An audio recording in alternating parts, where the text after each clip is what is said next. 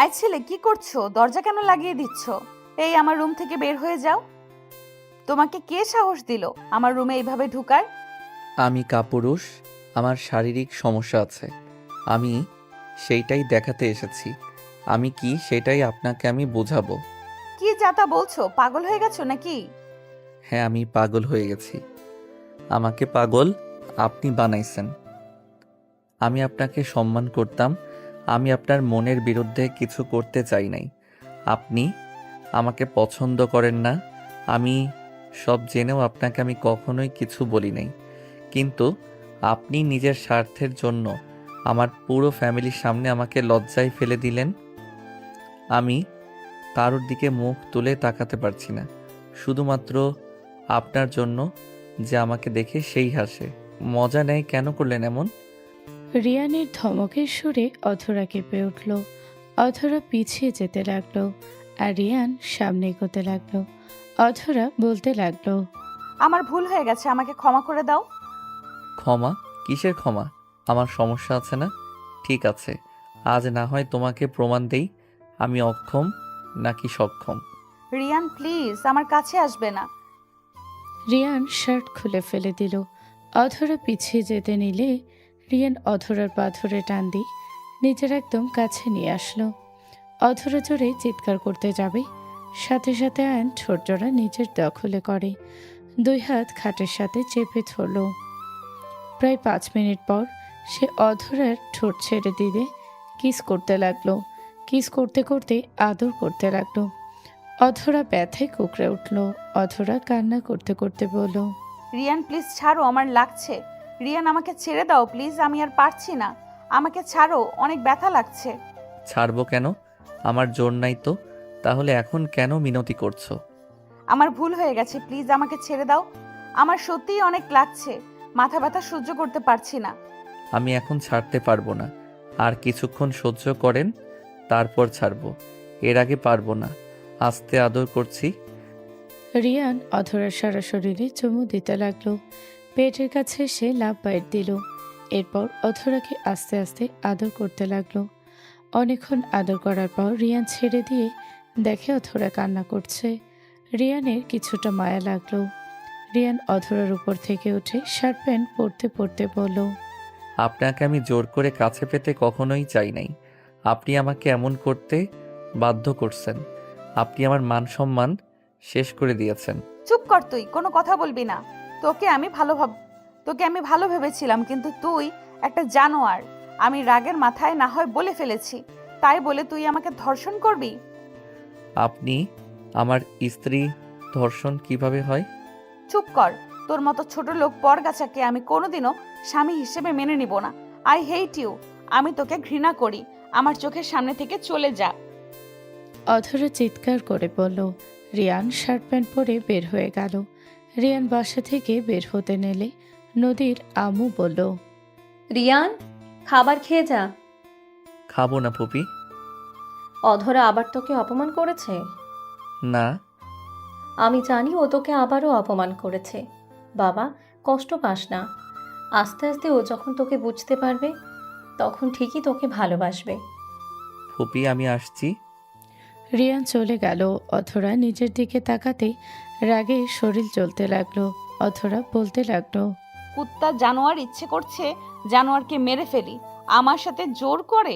ছি, আমার নিজের উপরে ঘৃণা লাগছে। শরীরে আগুন জ্বালিয়ে দেয়। অধরা রেগে গজগজ করতে করতে ওয়াশরুমে গিয়ে গোসল করে নিল। অধরা বারান্দায় বসে থাকলো। ওইদিকে রিয়ান বাসায় গিয়ে গোসল করে ভাবতে লাগলো, আমি কাজটা ঠিক করলাম না। আমি কি পাগল হয়ে গেছি নাকি? নিজের রাগ কেন কন্ট্রোল করতে পারছি না? রিয়ান মাথার চুল টানতে লাগলো। 10 দিন পর রিয়ান বাইক থামিয়ে কলেজে প্রবেশ করতেই দেখে অধরা, আতিয়া আর কিছু মেয়ে মিলে হাসাহাসি করছে। রিয়ান ওদের পাশ দিয়ে চলে যেতে নিল। হঠাৎ করে কেউ রিয়ানকে পেছন থেকে জড়িয়ে ধরল। রিয়ান নিজেকে সামলাতে না পেরে অধরাও আতিয়ার পায়ের কাছে পড়ে গেল। দুজনেই দূরে সরে গেল। রিয়ানের উপরে মেয়েটা ও পড়ল। রিয়ান ব্যথায় রেগে যাবে, সাথে সাথে মেয়েটা হাসি দিয়ে বলল, আগের থেকে অনেক দুর্বল হয়ে গেছো মাই কিউট ডায়মন্ড। তমার কথা শুনে সবাই ভ্রুকুচকে তাকালো। রিয়ান তমাকে নিয়ে উঠে বলল, তমা, জি স্যার, চলে এসেছি আপনার পিছন পিছন। সিরিয়াসলি তুমি এখানে ভর্তি হয়েছো নাকি? জি স্যার। তমা রিয়ানের বাহুতে হাত দিয়ে মুগ্ধ নয়নে তাকিয়ে বলল, কিউট ডায়মন্ডকে অনেক অনেক মিস করছিলাম। ড্যাডকে অনেক কষ্টে রাজি করিয়েছি। ড্যাড মম তো রাজি হচ্ছিল না। পরে অনেক বুঝিয়ে বলছি তুমি আমার খেয়াল রাখবে। পরে সেই রাজি হয়েছে। বলো কি, কবে এসেছো দেশে? অধরার দুইজনকে এত কাছে দেখে নিজের অজান্তেই রাগ হতে লাগলো। রাকিব এসে বলল, বাহ ভাই বাহ, আমরা সুদর্শন হয়েও একটা মেয়ে পড়াতে পারি না, আর সব থেকে সুন্দর মেয়ের সাথে মাঠের ভিতরে এভাবে দাঁড়িয়ে আসস, সবাই জলে পড়ে যাচ্ছে। এইটা কে রিয়ান? আমার ফ্রেন্ড রাকিব, আর রাকিব ওই আমার। আমি বুঝিয়ে দিই আমি ওর কি। তমা কথাগুলো বলে সাথে সাথে রিয়ানের গালে কিস করে দিয়ে রিয়ানের বাহুতে দাঁড়িয়ে গেল। অধরার সাথে সবাই চোখ বড় বড় হয়ে গেল। তমা হেসে বলল, এখন আর বলতে হবে না আমি ওর কে। চলো ক্লাসে যাই। রিয়ান তমার সাথে চলে যেতে লাগলো। অধরার আগে হাত মুচড়াতে লাগলো। আতিয়ে বলে উঠল, আমার ভাইয়ের সাথে এই সুন্দরী মেয়েটা কে? আর এতগুলো মানুষের ভিড়ে ওকে কিস করে দিল।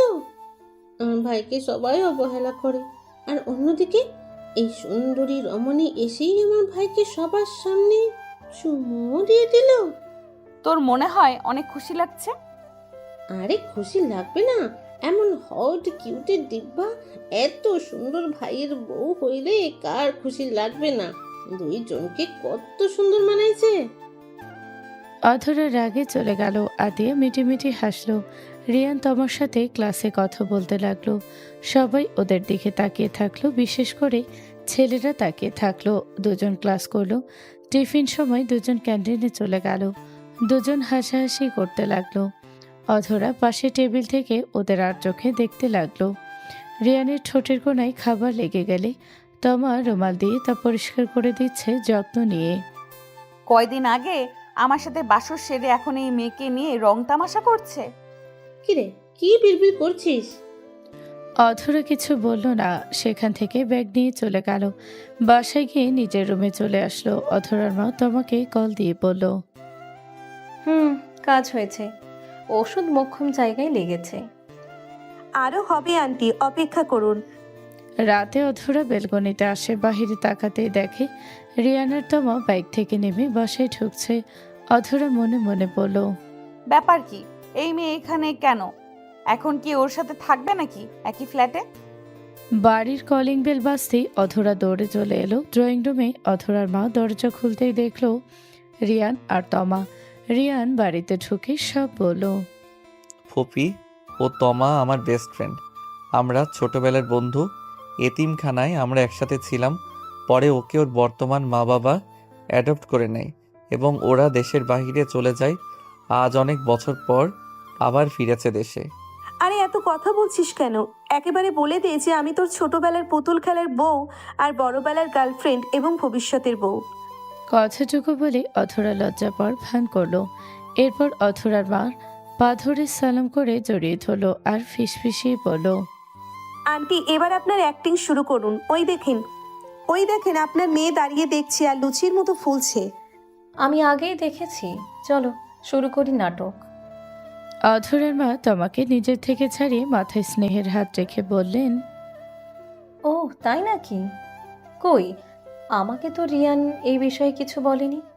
তবে তোমাকে রিয়ানের পাশে কিন্তু দারুণ মানিয়েছে বলতে হবে। তমা একটু লজ্জাপর নাটক করলো আর সবার আড়ালে অধরার মাকে চোখ টিপো দিল। এদিকে রিয়ান আর অধরা অবাক। বলছে কি উনি নিজের মেয়ের জামাইকে অন্য মেয়ের সাথে মানিয়েছে মানে?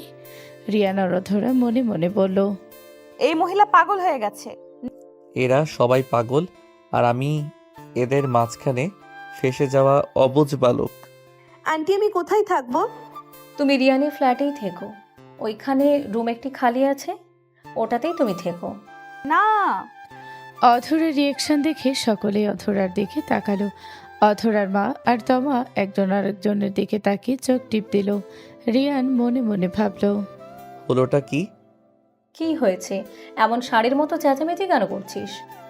ওরা একই ফ্ল্যাটে থাকবে কেন? হ্যাঁ, আতিয়া যেমন এইখান থেকে, ওই মেয়েও এখানেই থাকবে। না, আন্টি যা বলছে ঠিকই বলছে। আর আমি কারোর সাথে রুম শেয়ার করে অভ্যস্ত নই, তাই আমার জন্য আলাদা রুমই ভালো। আর তার থেকে ভালো আমি আমার রিয়ানের সাথে থাকবো। কথাটা বলতে বলতে তমা রিয়ানের হাত পেঁচিয়ে ধরল। রিয়ান তমার দিকে একবার তাকিয়ে চোখ রাঙালো। নিজের থেকে হাত ছাড়িয়ে সে অধরার মার দিকে তাকিয়ে বলল, আসলে ফুপি, ও এত বছর বিদেশে ছিল তো, তাই এমন করছে আর কি। না মানে এমনি অনেক ভালো মেয়ে। আচ্ছা, আমি তাহলে ওকে আমার রুমে বলেই জিব্বাই কামড় দিল, সরি, না মানে ফ্ল্যাটে নিয়ে যাই। দেখো দেখো, কি তাড়াহুড়ো! এত সুন্দর একটা মেয়েকে নিজের রুমে নিয়ে যাওয়ার জন্য মুখ দিয়ে সত্যি কথাটাই বেরিয়ে গেল। ছোট লোক একটা। আর অধরা, তুইও কি আশা করিস সেই ছোট লোকটার থেকে? যখন দেখেছে তোমার বিদেশ ফেরত বড় লোকের মেয়ে, তখন থেকেই ওর পেছনে মরিয়া হয়ে ঘুরছে। ছোট লোক, গরিব ফকির ছেলেদের থেকে এর বেশি আর কি বা আশা করা যায়? মনে মনে কথাগুলো বলেই পাশের ফুলদানিটা সজোরে ছুঁড়ে মারল মেঝেতে। কাঁচ ভাঙার শব্দে চারপাশ কেঁপে উঠল। তারপর গটগটিয়ে সেখান থেকে চলে গেল সে। রিয়ান সেদিকে তাকিয়ে শুধু একটা দীর্ঘশ্বাস ফেলল। তার ধারণা, নতুন করে তমাকে এ বাড়িতে নিয়ে এসেছে বলেই হয়তো অধরা রেগে গেছে। রাগ করাটাই স্বাভাবিক। এতদিন রিয়ানই ছিল এ বাড়ির আশ্রিত, আর এখন তার সঙ্গে এসেছে নতুন একজন। আর কিছু না বলে রিয়ান ফুপির কাছ থেকে বিদায় নিয়ে তমাকে সঙ্গে করে নিজের ফ্ল্যাটে চলে গেল। কিরে ভাই, তোর ফ্ল্যাটটা তো দারুণ, কি সুন্দর করে গুছিয়ে রেখেছে। হ্যাঁ, ফুপি সবসময় এভাবেই গুছিয়ে রাখে। ওনারা আমাকে নিজের ছেলের মতোই ভালোবাসে। বুঝতেই পেরেছি, তবে ওনার মেয়েটা কিন্তু সুবিধার না। দেখলে কেমন ব্যবহার করলো। ভার্সিটিতেও একই রকম করছিল। আমাদের থেকে তো বড়, তাই না? হ্যাঁ, ও এমনই।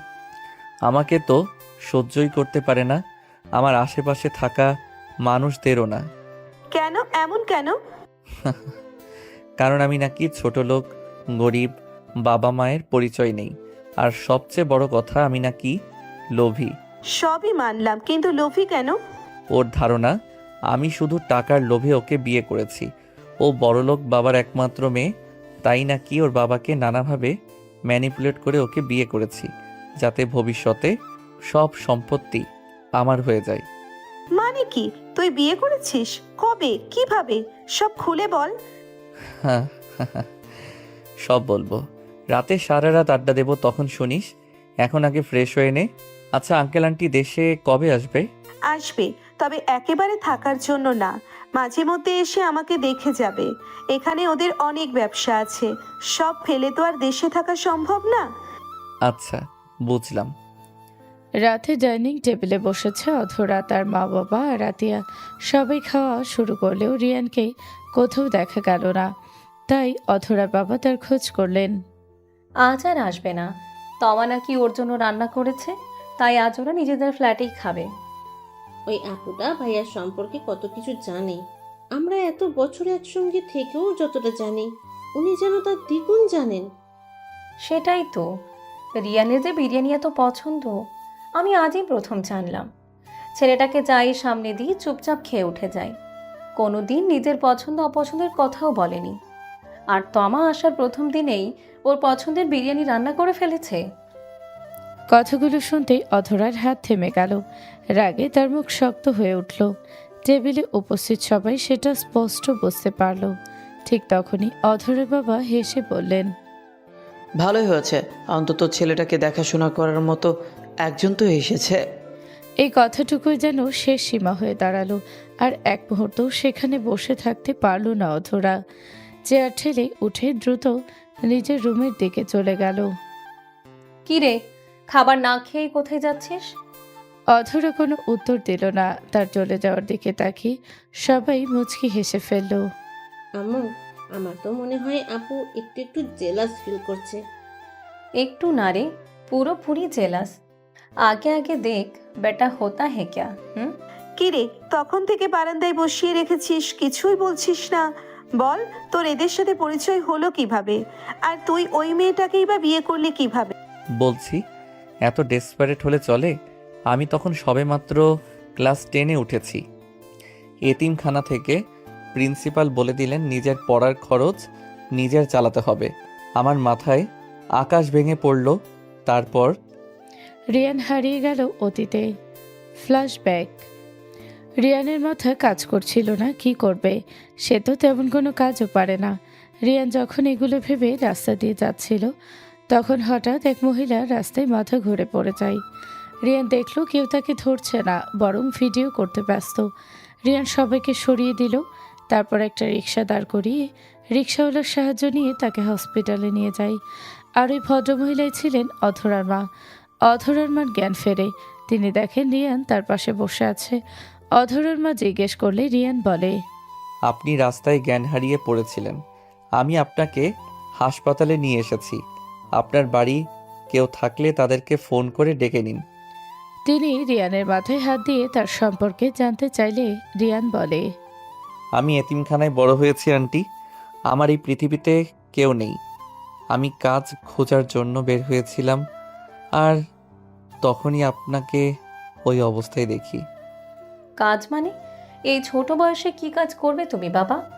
আর তোমার মা বাবার নাম জানো তুমি? আমার বাবার নাম শফিকুল ইসলাম আর মায়ের নাম মমতা বেগম। নাম শুনে অধরার মা অবাক হয়ে যায়। তিনি গভীর চিন্তায় মগ্ন হলেন। কিছুক্ষণ চুপ থেকে তিনি বললেন, তোমার এতিমখানার ঠিকানাটা দাও তো বাবা। রিয়ান ঠিকানা দিয়ে চলে যায়। অধরার মা রিয়ানের চলে যাওয়ার দিকে তাকিয়ে থেকে নিজের চোখের জল মুছলেন। এরপরের দিনই রিয়ানকে এতিমখানা থেকে অ্যাডপ্ট করতে আসেন অধরার মা ও তার বাবা। রিয়ান সেদিন অনেক অবাক হয়। অধরার মা তাকে বলে, আজ থেকে তুমি আমাকে ফুপি বলে ডাকবে। মনে করবে আমি তোমার আপন ফুপি, কেমন? রিয়ান ওই বাসায় গেলে পরিচয় হয় অধরার সাথে। অধরা তখন ইন্টার সেকেন্ড ইয়ারে পড়ে, আর তার ছোট বোন আতিয়া তখন ক্লাস 5-এ। রিয়ান স্টুডেন্ট হিসেবে ভালো ছেলে, সেটা অধরার বাবা খেয়াল করলেন। তিনি রিয়ানকে দায়িত্ব দিলেন আতিয়াকে পড়ানোর। রিয়ান মানা করেনি, তবে অধরা বলেছিল, এই ছেলে পড়াবে ওকে? কোথাকার না কোথাকার স্কুল থেকে পড়াশোনা করেছে, এর থেকে কি শিখবে আতিয়া? সেটা তো ভাবতে হবে না। তুই তো ঠিকমতো পড়াস না ওকে, আর এভাবে ছোট করে কথা বলছিস কাকে? এরপর থেকে এমন কথা শুনলে তোকে থাপড়িয়ে সোজা করে ফেলবো। অধরার মা কথাটা বলেই চলে গেল। এদিকে অধরার আগে ফুঁসতে ফুঁসতে চলে গেল। রিয়ান কিছুই বলেনি। সে খেয়াল করেছে প্রথম থেকেই অধরা তাকে পছন্দ করে না। এরপর সময় যেতে লাগলো। অধরা প্রথমবার কোনো কলেজেই চান্স পায়নি, তাই সে 1 বছর ইয়ার ড্রপ দেয় এবং পরবর্তীতে 7 কলেজে চান্স পায়। আর এদিকে রিয়ানও 1 বছর পর সে এই একই ভার্সিটিতে চান্স পায়। অধরা ভার্সিটিতে নানাভাবে রিয়ানকে অপমান করত, তবে রিয়ান সেদিকে পাত্তা দিত না। সবই ঠিক যাচ্ছিল। এমন সময় অধর একটি ছেলেকে নিয়ে এসে বলে, বাবা, আমি এই ছেলেকে ভালোবাসি, আমি ওকে বিয়ে করতে চাই। চেনা নেই জানা নেই, এভাবে কি বিয়ে দেওয়া যায় নাকি? ওর নাম রিয়াজ। ও আর আমি একই ডিপার্টমেন্টে পড়ি, আর আমি ওকে চিনি, এতেই হবে। তোমরা বিয়ের প্রস্তাব দাও। অধরার মা বাবা আর কিছু বলল না। অধরার কথা মতো তারা বিয়ের প্রস্তাব দিল এবং সব আয়োজনও করলো। তবে বিয়ের দিন ছেলে এলো না। সে অধরাকে মেসেজ দিয়ে জানালো সে তার বন্ধুদের সাথে বাজে ধরে সব কিছু করেছে। সে অন্য কাউকে ভালোবাসে, তাই অধরাকে বিয়ে করতে পারবে না। এসব শুনে সকলে স্তব্ধ হয়ে গেল। অধরার বাবা অসুস্থ হয়ে পড়ল। তখন অধরার মা রিয়ানের হাত ধরে বলল, আমার মেয়েটাকে বিয়ে কর বাবা, আমি সারা জীবন তোর গোলাম হয়ে থাকবো। কথাগুলো বলতে বলতে অধরার মা রিয়ানের পায়ে পড়ে যেতে নিল। রিয়ান তাকে থামিয়ে বলল, কি করছেন পুপি? এগুলো থামুন। আমি আপনার এই কথা রাখতে পারবো না। আমি তোমার কাছে কখনো কিচ্ছু চাইনি বাবা। আজ তোমার কাছে আমি আমার পরিবারের মান সম্মান আর আমার মেয়ের জীবন ভিক্ষা চাইছি। দয়া করে আমাদের ফিরিয়ে দিও না। কিন্তু ফুপি, এটা কিভাবে হয়? উনি আমার থেকে বড়, আর উনি আমাকে পছন্দ করেন না। সেখানে এই বিয়েতে অধরা আপু কিভাবে হ্যাপি হবে? হবে, 3 কবুলের শক্তি অনেক। তুই শুধু রাজি হয়ে যা বাবা, বাকিটা আমরা দেখে নিব। ঠিক আছে, আপনার মেয়ে যদি রাজি হয় তাহলে আমার সমস্যা নেই। অধরার মা খুশি হয়ে অধরার বাবাকে সব বলল। অধরার বাবা বলল মেয়েকে সে রাজি করাবে এবং তিনি রাজি করালেনও। এতে রিয়ান অনেক অবাক হয়। সে কখনো ভাবেনি অধরা বিয়েতেই রাজি হবে। বর্তমান সব বুঝলাম, কিন্তু এখানে তুই কিভাবে ম্যানুপুলেট করলি ওনার ফ্যামিলিকে? ওনার ফ্যামিলিই তো তোকে ম্যানুয়াল করলো। বিয়ের রাতে রুমে ঢুকতেই অধরা আমায় থাপ্পড় মেরে বলল, তুই বাবাকে আর মাকে ম্যানিপুলেট করেছিস তাই না, যাতে আমাকে বিয়ে করে এই সব কিছুর মালিক হতে পারিস। বেরিয়ে যা রুম থেকে। তখন তুই কিছু বলিসনি? না, কি বলবো, বেরিয়ে গিয়েছিলাম রুম থেকে। এরপর সে আমাকে আরও নানাভাবে অপমান করলো। আমি তার বাবার টাকায় খাই, চলি, এক কথায় ঘর জামাই আমি। আমার নাকি কোনো মরদ নেই বউ পালার। পরে কি করলি? টিউশনি করা শুরু করলাম, সাথে অনলাইন বিজনেস। মাসে 60 থেকে 70 হাজার টাকা ইনকাম হতে লাগলো। আমি চেয়েছিলাম আলাদা বাসায় থাকতে, তবে ফুপি আর আঙ্কেল রাজি হলেন না, তাই ওনাদের বাড়ির এই ফ্ল্যাট ভাড়া নিলাম। এরপর প্রত্যেক মাসে অধরার খরচ দিতে লাগলাম, যদিও সে জানে না। কেন? এটা তো জানানো উচিত। তোর টাকায় খেয়ে আবার তোকেই এত কথা শোনায়। না রে পাগল, এটা জানলে ও বাড়ি ছাড়বে, তবুও আমার কাছে নত হবে না। এতে আরও ঝামেলা বাড়বে। তুই কি ভালোবেসে ফেলেছিস অধরা আপুকে? রিয়ান চেয়ারে হেলান দিয়ে চোখ বুজে ফেলল, তারপর বলে উঠল, আমাদের মতো নাম পরিচয়হীন মানুষের ভালোবাসতে নেই। আর সেটা যদি অধরার মতো মেয়ে হয় তাহলে তো নাই। তমা বুঝলো রিয়ান ভালোবাসে অধরাকে, তবে সেটা স্বীকার করছে না। সে রিয়ানের চুলে হাত বুলিয়ে বলল, ভালোবাসা কি এত কিছু বুঝে রে পাগল? সে যে জাত, কুল, ধর্ম, ধনী গরিব মানে না। রিয়ান কিছু বলল না, চোখ বুজে রইল। এদিকে অধরা আর নিজের রুমে থাকতে পারছিল না। বারবার রিয়ানের কথা মনে পড়ছিল, তাই সে রিয়ানের ফ্ল্যাটের ডুপ্লিকেট চাবি নিয়ে চলে এলো রিয়ানের রুমে। তাদেরকে রুমে না দেখে সে যখন ব্যালকনিতে গেল, তখন দেখল তমা রিয়ানের মাথায় হাত বুলিয়ে দিচ্ছে, আর রিয়ান চোখ বন্ধ করে চেয়ারে হেলান দিয়ে আছে। তারা খুব কাছাকাছি দুইটি চেয়ারে বসে আছে। দূরত্ব তেমন একটা নেই। সামনে টেবিলে 2 কাপ কফি রাখা। ব্যাস, অধরা রেগে গেল। সে তমার হাত ধরে তাকে দাঁড় করালো। রিয়ান আর তমা দুজনেই অবাক হয়ে গেল। অধরা রেগে বলল, লজ্জা করে না তোর একটা বিবাহিত ছেলের সাথে এইভাবে ঢলাঢলি করতে? তমা কপাল কুঁচকে তাকিয়ে রইল। অধরা রিয়ানের দিকে তাকিয়ে আঙুল দেখিয়ে বলল, আর তোর সমস্যা কি? হ্যাঁ, তুই যে বিবাহিত ভুলে গেছিস? নতুন সুন্দরী মেয়ে পেয়ে বউকে ভুলে গেছিস? আপনার সমস্যা কি বলুন তো? এত বউ বউ করছেন, আপনি ওকে স্বামী হিসেবে মানেন না তো? তাহলে ও কেন বউ মানবে আপনাকে? তার কৈফিয়ত চাওয়ার তুমি কে? এটা আমাদের স্বামী স্ত্রীর ব্যাপার। তমা এবার একটু ইতস্তত হলো। এদিকে রিয়ান যেন নিজের কানকেই বিশ্বাস করতে পারছে না। সে নিজেই নিজেকে চিমটি কাটলো। ব্যথা পেয়ে শিওর হলো এটা বাস্তব। রিয়ান গলা খাকারি দিয়ে বলল, দেখুন আপু, আপনি যেমনটা। বাকি কথা আর বলতে পারলো না। তার আগেই অধরা রিয়ানের কলার ধরে বলল, এই হারামজাদা, কে তোর আপু? 3 কবুল বলে বিয়ে করে আপু ডাকছিস কেন শালা? আল্লাহ আমার বউর উপর জিন ভর করছে। আপু, আপনি একটু সূরা ফাতিহা পড়ে শুনান তো। রিয়ানের কথা শুনে অধরা অবাক হয়ে গেল। এদিকে তমা অনেক কষ্টে নিজের হাসি আটকে রেখে বলল, দেখেন আপু, অনেক হয়েছে। আপনি যান আপনার ফ্ল্যাটে, আমি আর রিয়ান ঘুমাবো। মানে আমি যাব? তুমি যাবা, বুঝেছো? বের হও এখান থেকে। আমি এখন আমার স্বামীর আদর খাবো। যাও বলছি এখান থেকে, এক্ষুনি। কথাটুকু বলে অধরা নিজেও একটু লজ্জা পেল। তমা আর রিয়ান এবার অবাক হতেও ভুলে গেল তমা কিছু বলতে নিবে। তার আগে অধরা ওর হাত ধরে রুমের বাহিরে নিয়ে গেল। তারপর নিজে রুমে ঢুকে দরজা আটকে দিল। তমা দরজার বাহিরে দাঁড়িয়ে বলল, কাজটা একদম ঠিক করলে না। কাল সকালে আমি বুঝে নিব। আজ টায়ার্ড বলে ছেড়ে দিলাম। দেখে নিব। শাকচুন্নি একটা আমার জামাইয়ের লগে লটর ফটর করে। কলিজা কত বড়। এদিকে রিয়ান ভয়ে ভয়ে রুমে এসে অধরার কথা শুনে অজান্তে মুখ দিয়ে বের হয়ে গেল। নাউজুবিল্লাহ, আল্লাহ আমি কই আছি? এই মহিলা এমন করছে কেন? অধরা রিয়ানের কথা শুনে তার কাছে গেল, তারপর ধাক্কা দিয়ে তাকে খাটে ফেলে দিল। রিয়ান ধাক্কার চোটে খাটে একদম শুয়ে পড়ল। অধরা রিয়ানের পেটের ওপর উঠে বসলো। তারপর রিয়ানের হাত দুটো নিজের হাতে বন্দি করে রিয়ানের মুখের সামনে মুখ নিয়ে বলল, এই আমাকে জিনে ধরছে, আমি তোর আপু হই। ওই দিন না আমার সাথে বাসর করলি? কি হলো, কথা বলছিস না কেন? করেছি তো, সরি, আর করব না। কেন করবি না? ওই তোমাকে মনে ধরেছে আমাকে ছেড়ে দিয়ে ওকে আদর করবি? না না, তোবা তোবা, আপনাকেই করব। গুড, ওই মেয়ের দিকে ফিরেও তাকাবি না। ওই মেয়েকে বেশি কাছে ঘেঁষতে দিবি না, মনে থাকবে? উফ। জি, মনে থাকবে। আচ্ছা, এগুলো করলে আমি কি পাবো? আপনি আমাকে আদর করতে দিবেন, ভালোবাসতে দিবেন। এই যে যেভাবে আছেন, আমার তো অনেক ইচ্ছা করছে এইভাবে আপনাকে আদর করতে, আপনার ঠোঁটে চুমু খেতে। কিন্তু আপনি কি দিবেন? রিয়ান কথাগুলো বলতে বলতে অধরার চুল গুলো কানের পিছে গুজে দিল। অধরার আজ লজ্জা লাগছে, লজ্জায় তার কান লাল হয়ে উঠেছে। সে মনে মনে বলল, আজ এত লজ্জা লাগছে কেন? এত দুর্বল হচ্ছি কেন? কি হলো? কি হলো, উত্তর দিচ্ছেন না যে? অধরা ধীরে রিয়ানের উপর থেকে সরে যেতে নিল, কিন্তু রিয়ান তা হতে দিল না।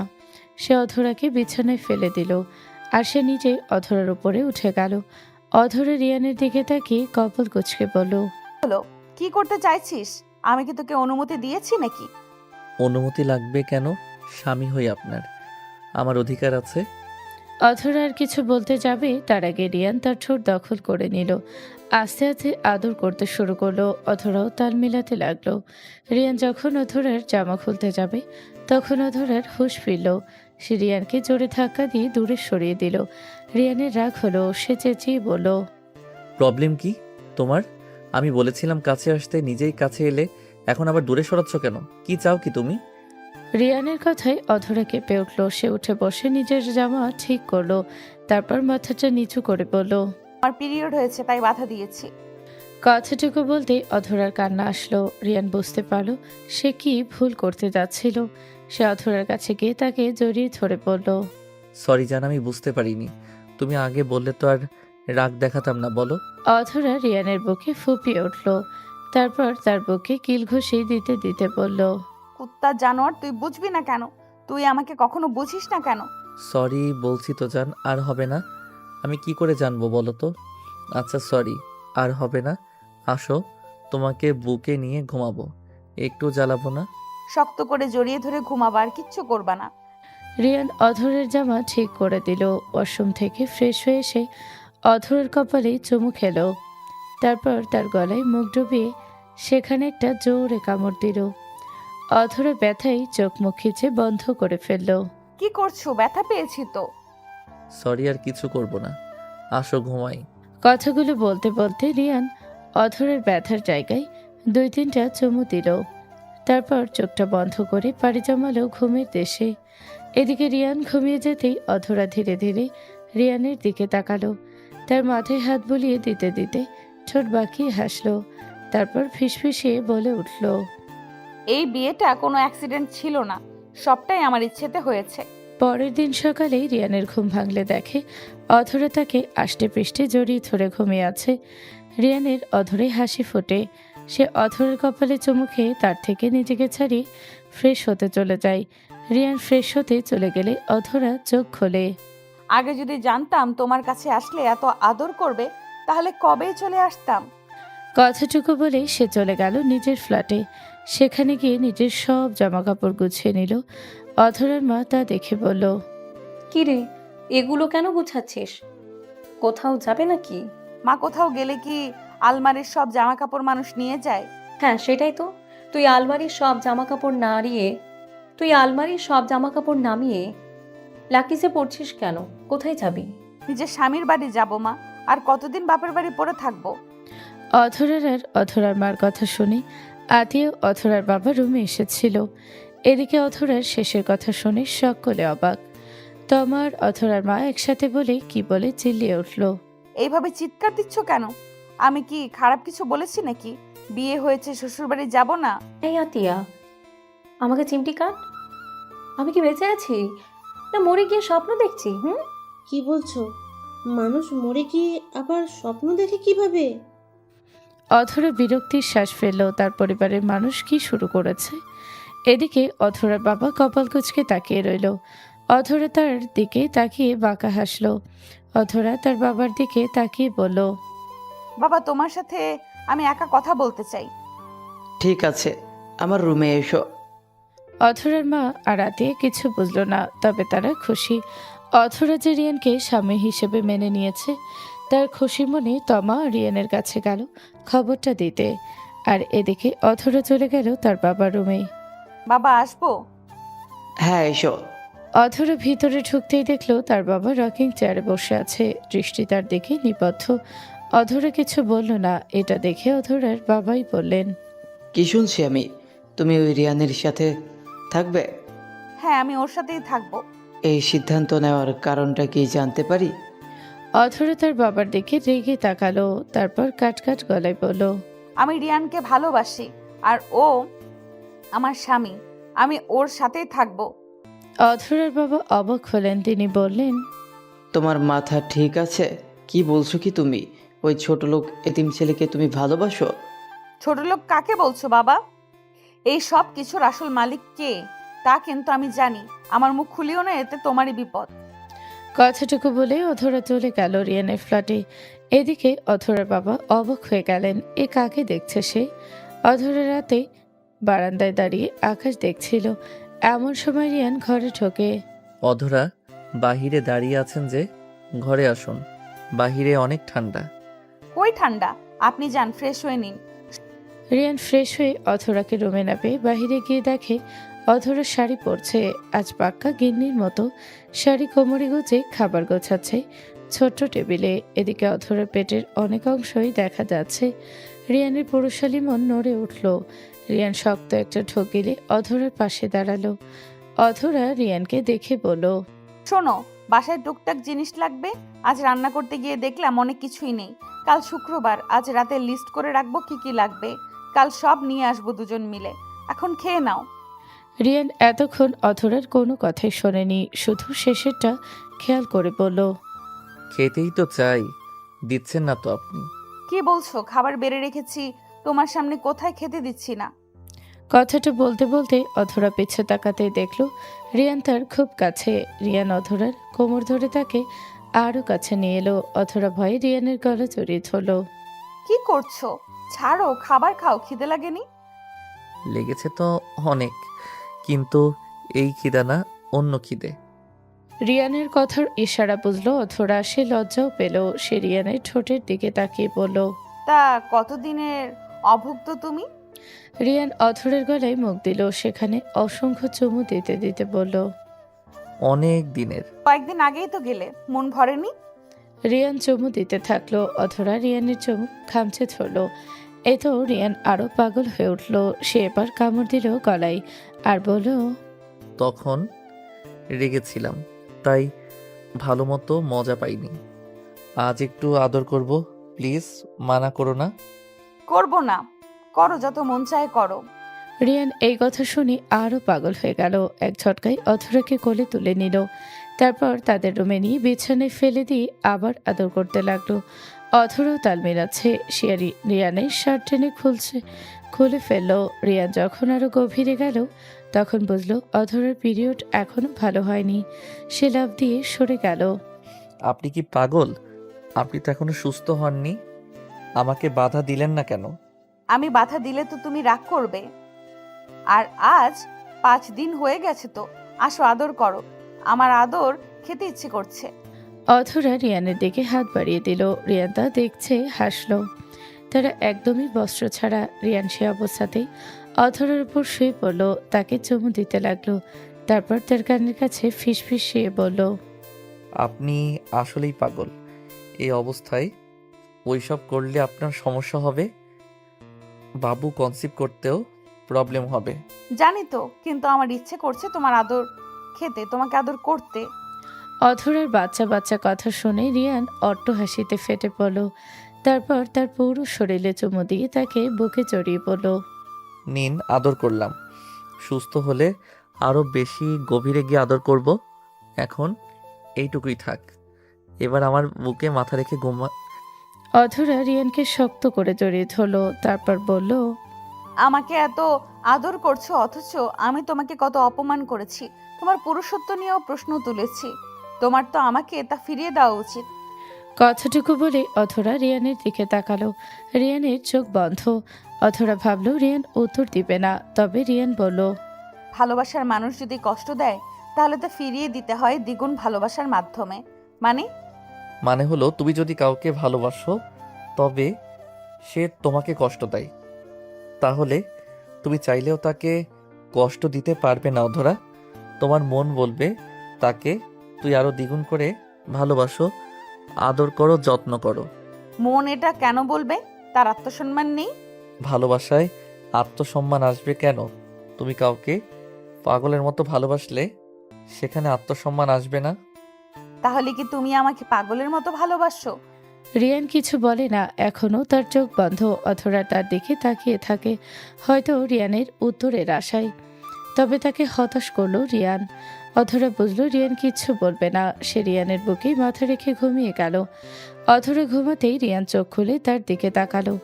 তারপর ওয়াশরুমে গিয়ে ফ্রেশ হয়ে বেলকনিতে চলে এলো।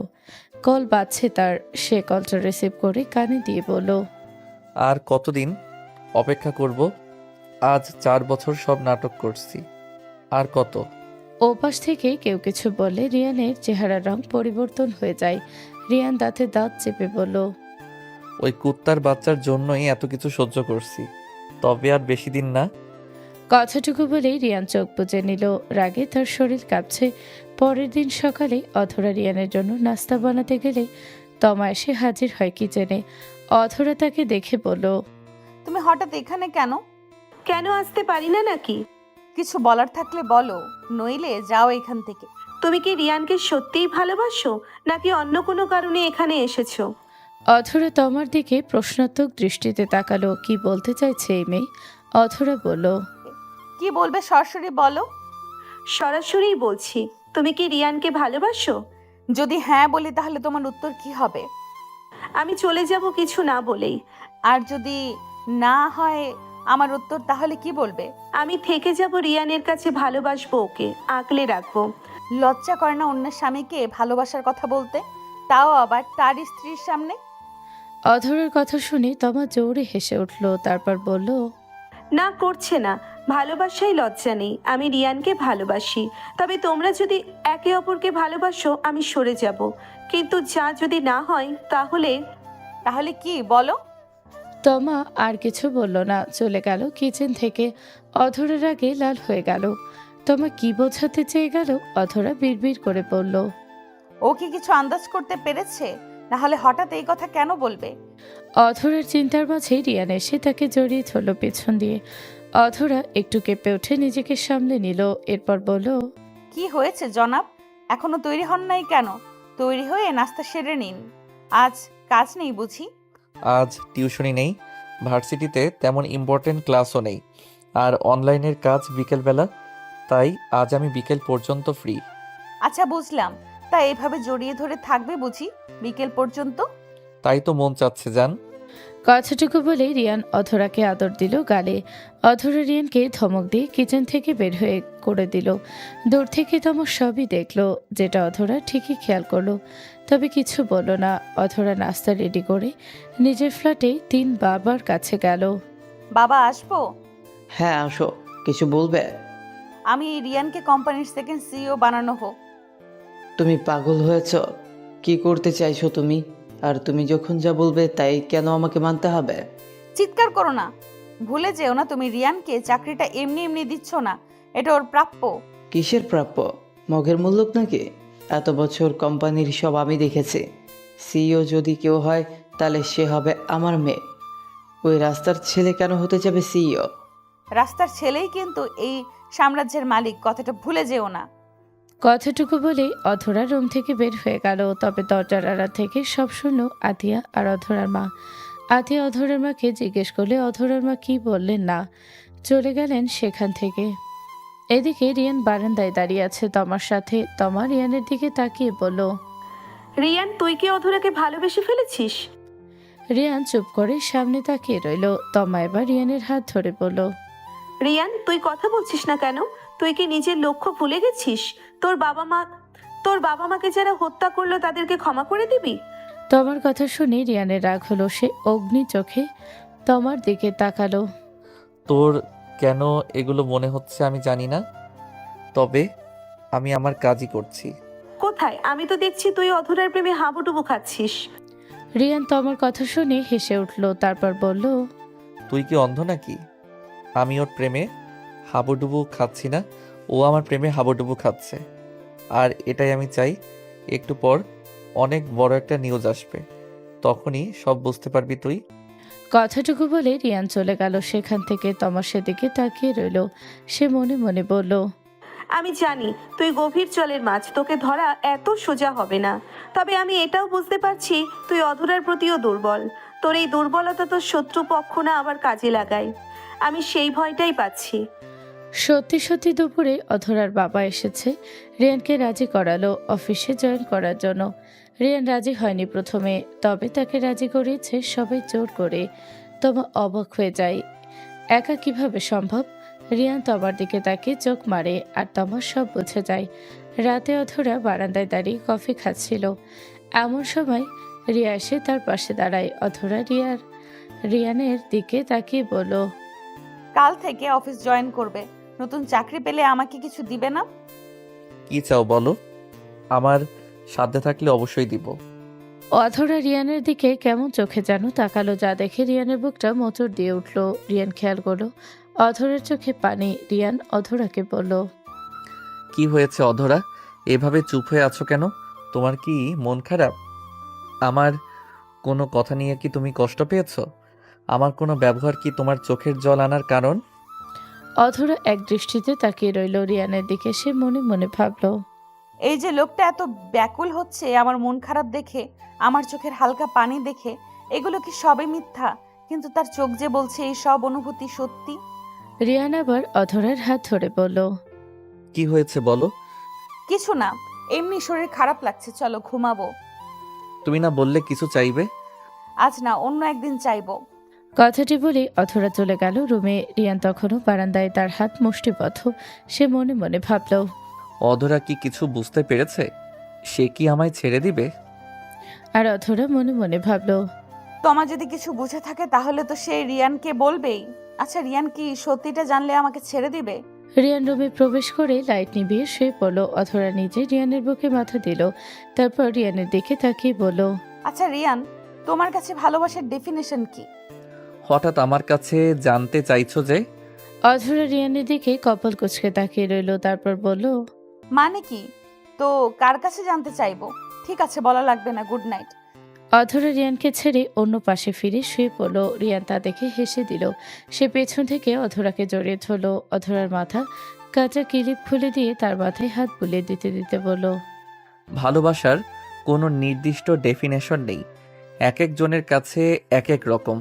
আমার কাছে ভালোবাসার ডেফিনেশন হলো বিশ্বাস, ভরসা, সম্মান। তাহলে তুমি যাকে ভালোবাসবে তার কাছে কি এগুলো চাইবে? না তো, আমি যাকে ভালোবাসবো তাকে আমি এগুলো দিব। যে আমাকে ভালোবাসবে তার কাছে ভালোবাসার ডেফিনেশন যা তা দিবে আমাকে। অধরা চুপ করে আছে দেখে রিয়ান তার দিকে ঝুঁকে দেখল সে ঘুমিয়ে গেছে।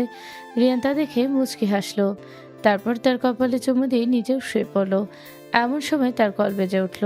রিয়ান বারান্দায় গিয়ে কলটা রিসিভ করে বলল, কাল অফিস যাব, তবে কালই কিছু করব না। আমি 1 মাস টাইম নেব, তারপর যা প্রমাণ করার আমি করব। ওপাশ থেকে কিছু বলে রিয়ান আবার বলল, আমি 1 মাস টাইম নিয়ে যা করার করব। এত তাড়াতাড়ি কিছু করতে গেলে ভুল হয়ে যাবে, আর আমি সেটা চাই না।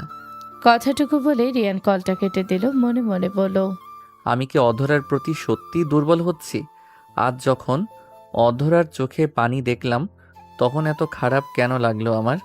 কেন আমার বুকের বাপাশে তীব্র যন্ত্রণা হলো? রিয়ান চোখ বন্ধ করে নিল। সে দাঁতে দাঁত চেপে ধরে আবার বলল, কেন এমন হচ্ছে? কেন মনে যাচ্ছে অধরাকে হারানোর? কেন আমি নিজের অনুভূতি নিয়ন্ত্রণ করতে পারছি না? রিয়ান আর কিছু ভাবলো না, সে ওয়াশরুমে গিয়ে ফ্রেশ হয়ে নিল। তারপর অধরার পাশে শুয়ে পড়ল। অধরা তখন গভীর ঘুমে। রিয়ান আলতো করে তার কপালে চুমু খেলো, তারপর তাকে বুকে জড়িয়ে নিয়ে বলল, আমি জানি না আমার মন কি চাইছে, তবে এইটুকু বুঝতে পেরেছি, তুমি আমার বুকে না থাকলে ভালো লাগে না। কথাটুকু বলেই রিয়ান চোখ বুজে পাড়ি জমায় ঘুমের দেশে।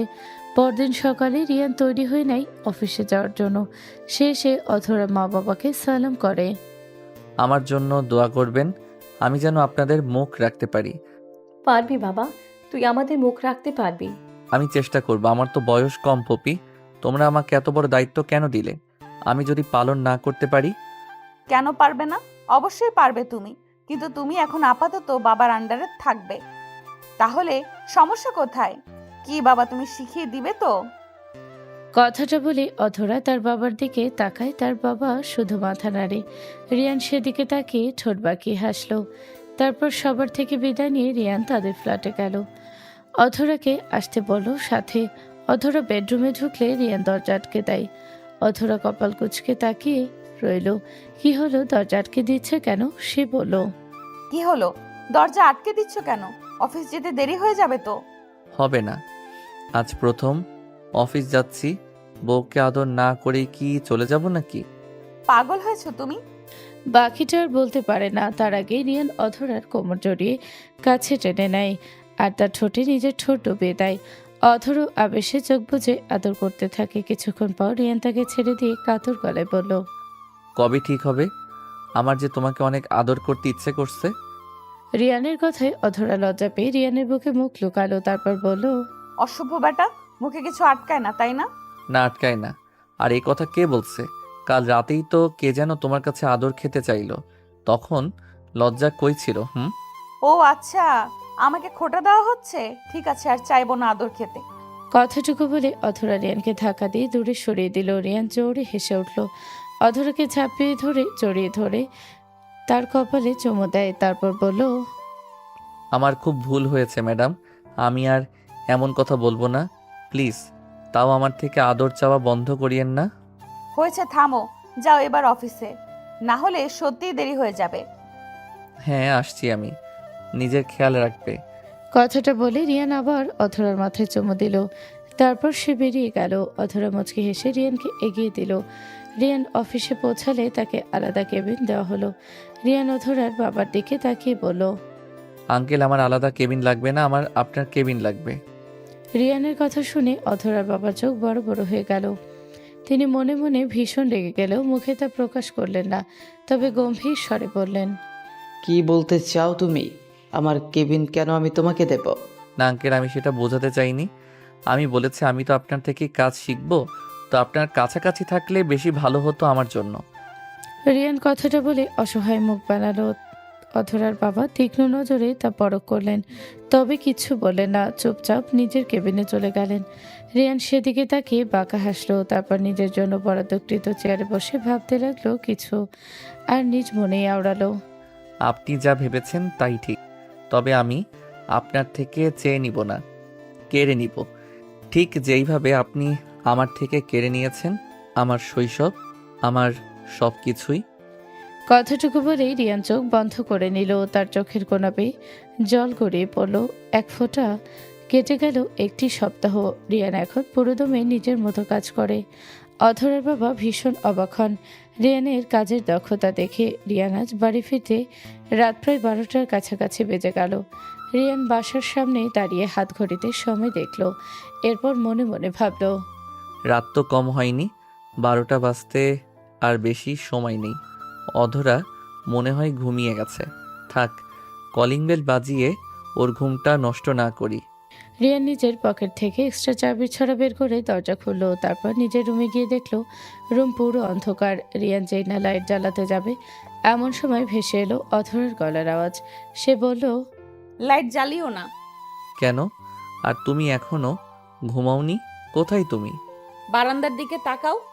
রিয়ান বারান্দার দিকে তাকালে দেখতে পাই ফিনফিনে মোমবাতির আলো নিয়ে কেউ এগিয়ে আসছে। অধরা ধীর কণ্ঠে বলতে বলতে সামনে এগোতে লাগলো, happy birthday to you, happy birthday my dear husband, happy birthday to you. Riyan দেখলো অধরা একটা লাল শাড়ি পরেছে, হাতে কেক, আর সেখানে জ্বলছে কিছু মোমবাতি। রিয়ানের মনে পড়লো আজ তার জন্মদিন। রিয়ান মুচকি এসে মাথা চুলকে পড়ল। আমি তো ভুলেই গিয়েছিলাম আজ যে আমার জন্মদিন। তোমার মনে ছিল? হ্যাঁ ছিল তো মনে।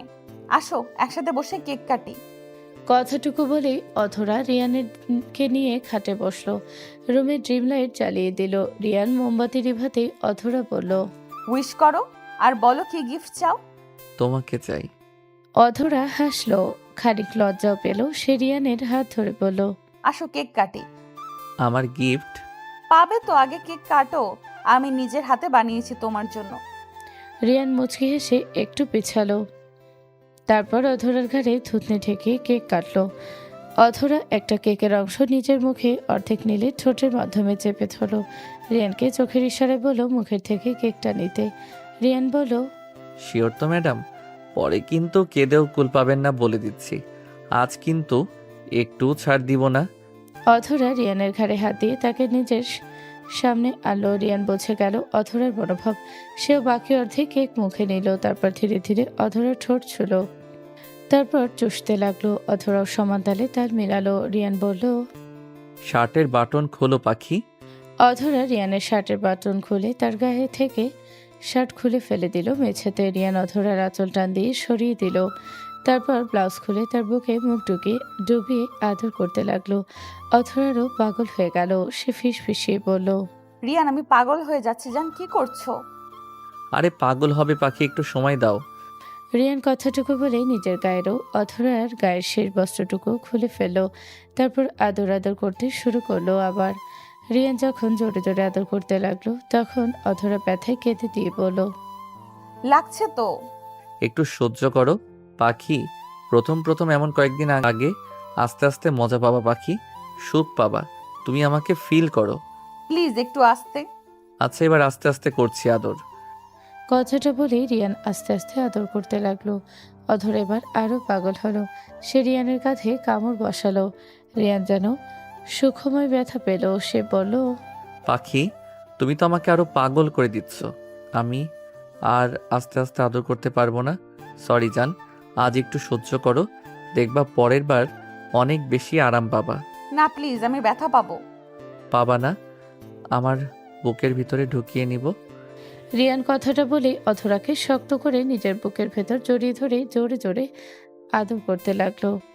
অধরা ব্যথায় চিৎকার দিতে লাগলো। তবে রিয়ান এবার নিজের কাজ শেষ করেই থামলো। অধরার উপর থেকে নেমে তার পাশে শুয়ে পড়ল।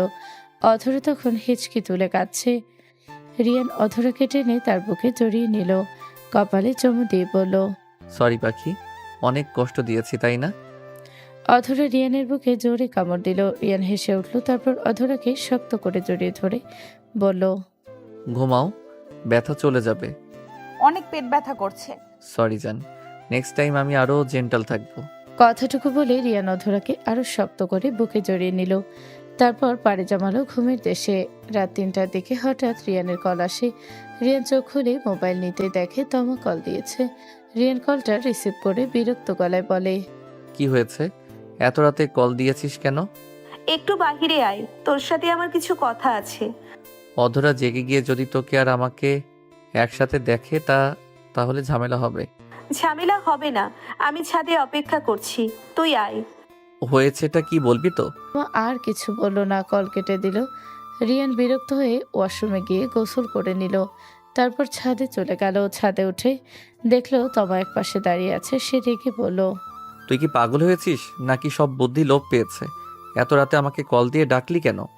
অধরা বুঝতে পারলে সব প্ল্যান ভেস্তে যাবে। প্ল্যান ভেস্তে যাওয়ার ভয় পাচ্ছিস নাকি অধরা ভুল বুঝে তোর দূরে সরে যাবে সেই ভয় পাচ্ছিস? বাজে বকছিস তুই। আমি সেগুলো ভাবিনি, আমি আমাদের প্ল্যান নিয়েই ভাবছি। তা আমাদের প্ল্যানের মাঝে বেড শেয়ার করা আর শারীরিক সম্পর্কে যাওয়ার কথা কবে ছিল রিয়ান? নিজের লিমিট ক্রস করবি না তমা, না হলে আমি ভুলে যাব তুই আমার বন্ধু হোস। শুধু বন্ধু আর কিছু না? আর অধরা কি হয় তোর রিয়ান? 3 কবুল পড়া বউ হয় আমার, অর্ধাঙ্গিনী হয় আমার। আর আর তোর ভালোবাসা হয় যে আমি হতে চেয়েও পারিনি? রিয়ান থমকে গেল কিছু সময়ের জন্য। কি বলছে তমা এগুলো? সে তো তোমাকে নিজের বন্ধুর মতোই দেখেছে, তাহলে তমা কেন তার প্রতি দুর্বল হলো? তমা আবার বলল, কি ভাবছিস কিভাবে ভালোবাসলাম? হুম। তমা এবার হেসে উঠল। এদিকে তার চোখ দিয়ে পানি পড়ছে। তমা বলা শুরু করলো। আচ্ছা রিয়ান, তোর প্ল্যান তো ছিল অধরাকে বিয়ে করা। প্ল্যান সাকসেসফুল হলে তখন তাকে কি করবি? রিয়ান চুপ রইল। এই উত্তর তো তার জানা নেই। আসলেই তো এমন পরিস্থিতি আসলে সে কি করবে? এই খেলাটা শেষ হলে অথরা যদি তাকে ভুল বোঝে তাহলে সে কি করবে? আমি জানি না আমি কি করব। তবে তুই বল, আমার প্রতি কেন দুর্বল হলি? আমরা তো ততটাও কাছাকাছি ছিলাম না যে আমার প্রতি দুর্বল হয়ে পড়বি। কতটা কাছাকাছি থাকলে দুর্বল হয় ভালোবেসে? রিয়ান চুপ রইল। তমা বুঝলো সেই চুপ থাকার কারণ। তমা ধীরে ধীরে বলা শুরু করলো। তোকে প্রথম যখন দেখলাম এতিমখানায় তখন ভালো লাগতো। এই যে আমাকে কেয়ার করতে বুঝতে সবকিছু। তারপর হঠাৎ আমাকে কেউ অ্যাডাপ্ট করলো। আমার অনেক মন খারাপ হয়ে গেল। ভাবলাম আর বুঝি দেখা হবে না তোর আর আমার। তবে এত বছর পর তুই আমাকে কল করলি, আমি তো মহা খুশি। তারপর তোর প্ল্যানের কথা বললি, আমি রাজি হলাম। ভাবলাম তোর সাথে প্রেমের নাটক করতে করতে তুইও আমার প্রেমে পড়ে যাবি। কিন্তু প্রেমের নাটকের স্থায়িত্বকাল ছিল খুবই কম। তোর বউ আমাকে তোর পাশে মাত্র 12 ঘন্টা সহ্য করতে পারলো না। তার ভালোবাসা প্রকাশ করলো, তার অধিকার আদায় করে নিল। আমি হয়ে গেলাম তৃতীয় ব্যক্তি, যেখানে তোকে সবার আগে আমি ভালোবেসেছিলাম। কথাটুকু বলে অসহায় চোখে রিয়ানের দিকে তাকালো তমা। রিয়ান চুপ করে আছে। যে বুঝতে পারছে তমার কষ্ট, কিন্তু তা অনুভব করতে পারছে না। পারবে কিভাবে? সে তো আর তোমাকে ভালোবাসেনি। রিয়ান বলল।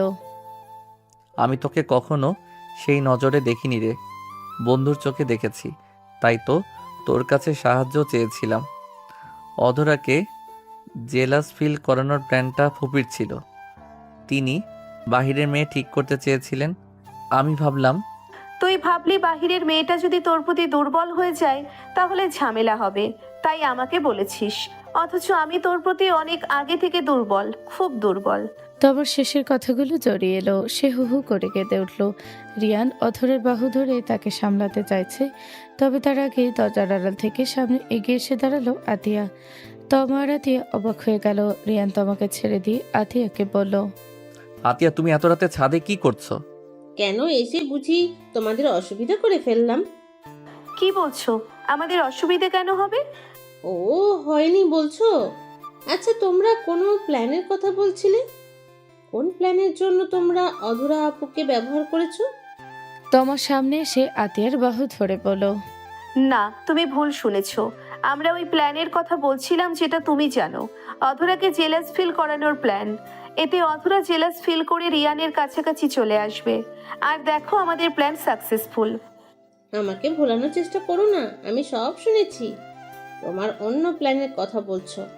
বলো, কোন প্ল্যানের কথা বলছিলে? রিয়ান ভাইয়া, বলো, কি ষড়যন্ত্র করছিলে? কিছু না, তুমি ভুল বুঝছো। আমরা ওইটার কথাই বলছিলাম। আর এত রাতে ছাদে কি করো তুমি? যাও, নিজের ঘরে যাও। কথাটুকু বলে রিয়ান সেখান থেকে চলে যেতে নিল, কিন্তু তখনই শুনতে পেল আতিয়ার মুখে কিছু তিক্ত কথা। আতিয়া বলছিল। অধরা আপু ঠিকই বলেছিল, পর কোনো দিন আপন হয় না। তারা একদিন না একদিন ছবল দিবেই। কিন্তু আমরা মানিনি। কি বলছোটা কি তুমি? যা বলছি একদম ঠিক বলছি। ছোট লোক মানুষ, এর মন মানসিকতাও ছোটই হয়। এত টাকা পয়সা দেখে লোভে পড়ে আমার বোনকে ফাঁসিয়ে বিয়ে করেছো। আর আমার বোনকে ফাসলিয়ে অফিসেও জায়গা দখল করে নিয়েছো। এই তো তোমাদের প্ল্যান। সবই বুঝে গেছি আমি। রিয়ান আর তমা অবাক হলো। রিয়ান আতিয়াকে শক্ত করতে চাইলো, শান্ত করতে চাইলো, না হলে এত বছরের সব প্ল্যান মাটি হয়ে যাবে। রিয়ান বলল। আতিয়া বোন, তুমি ভুল ভাবছো। মাথা ঠান্ডা করো। প্রশ্নই আসে না। আমি এখনই সবাইকে গিয়ে সব বলবো। অধরা আপুকে সবার আগে সব জানাবো। আতিয়া চলে যেতে নিলে তমা আর রিয়ান একটু বিচলিত হয়ে যায়। তারা চায় না তীরে এসে তরি ডুবুক। তারা দুজন আতিয়াকে আটকাতে যাবে, এমন সময় অথরার মা সামনে আসে। আতিয়া খুশি হয়। সে বলল। মা, জানো আপু ঠিক বলেছিল। এই ছোট। অথরার মা আতিয়ার দিকে তাকিয়ে গম্ভীর হয়ে বললেন। ক্ষমা চান। কি বলছো এগুলো? এই লোকটাকে আমরা আমাদের পরিবারে আশ্রয় দিয়েছিলাম, আর এই লোকটা আমাদের পিছনে কি সব প্লটিং করছে আমি নিজের কানে শুনছি। আর তুমি আমাকে ওর কাছে ক্ষমা চাইতে বলছো? হ্যাঁ বলছি, আর যেটা বলছি সেটা কর। তুমি কি পাগল হয়েছো মা? এগুলো কি বলছো? এই ছোট লোকটার কাছে আমি কিছুতেই মাফ চাইবো না। আর হ্যাঁ, আমি সব কিছু বাবাকে আর আপুকে এখনই বলবো। আতিয়া চলে যেতে নিলেই অধরার মা আতিয়ার হাত ধরে ফেলে। আতিয়া অধরার মার দিকে প্রশ্ন ভরা দৃষ্টিতে তাকালে আতিয়ার মা বললেন, তার আগে সবটা জেনে যা। একটা কথা তো সবসময় বিশ্বাস করবি, অর্ধেক সত্য মিথ্যার থেকেও বেশি ভয়ানক। ফুপি, ও ছোট মানুষ। ও যদি কিছু হবে না, একদিন না একদিন তো সব জানতেই হবে। তারপর অধরার মা বলা শুরু করলেন, আমরা ছিলাম 2 ভাই বোন, অনেক হ্যাপি একটা পরিবার ছিল আমাদের। আমার বিয়ে ঠিক হয় তোর বাবার সাথে, এর মাঝেই ভাইয়ারও বিয়ে ঠিক হয় তোর বাবার সৎ বোনের সাথে। তোর বাবা ছিল 2 পক্ষের সন্তান, আর তোর বাবার সেই বোন ছিল প্রথম ঘরের সন্তান। সবই ঠিক ছিল। আমার আগে বিয়ে হলো, এর 1 বছর পরে বিয়ে হলো আমার ভাই ও তোর বাবার সৎ বোনের। তবে এর কিছুদিন পরে তোর দাদা অনেক অসুস্থ হয়ে পড়েন। তিনি উকিল ডাকিয়ে অর্ধেকের বেশি সম্পদ তোর সেই মামির নামে করে দিয়ে যায়। তবে তার পেছনে কারণ ছিল, তবে তোর বাবা তা মানতে নারাজ ছিল। তার ভিতরে রাগ হিংসা সব বাড়তে থাকে।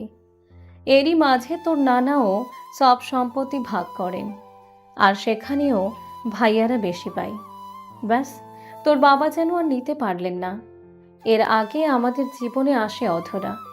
এর 1 বছরের মাথায় তোর মামি অর্থাৎ আমার ভাবি প্রেগনেন্ট হয়। সব ঠিকঠাক চলছিল। একদিন তোর বাবা ভাইয়াকে প্রস্তাব দিল 2টা কোম্পানি এক করে ফেলতে, এতে সব দিক থেকেই ভালো হবে। ভাইয়াও সরল মনে রাজি হলো। আর এটাই ছিল প্রথম ভুল। তোর বাবা বিভিন্ন কাজের অজুহাত দিয়ে দিয়ে কোম্পানি থেকে টাকা খোকলা করতে লাগলো।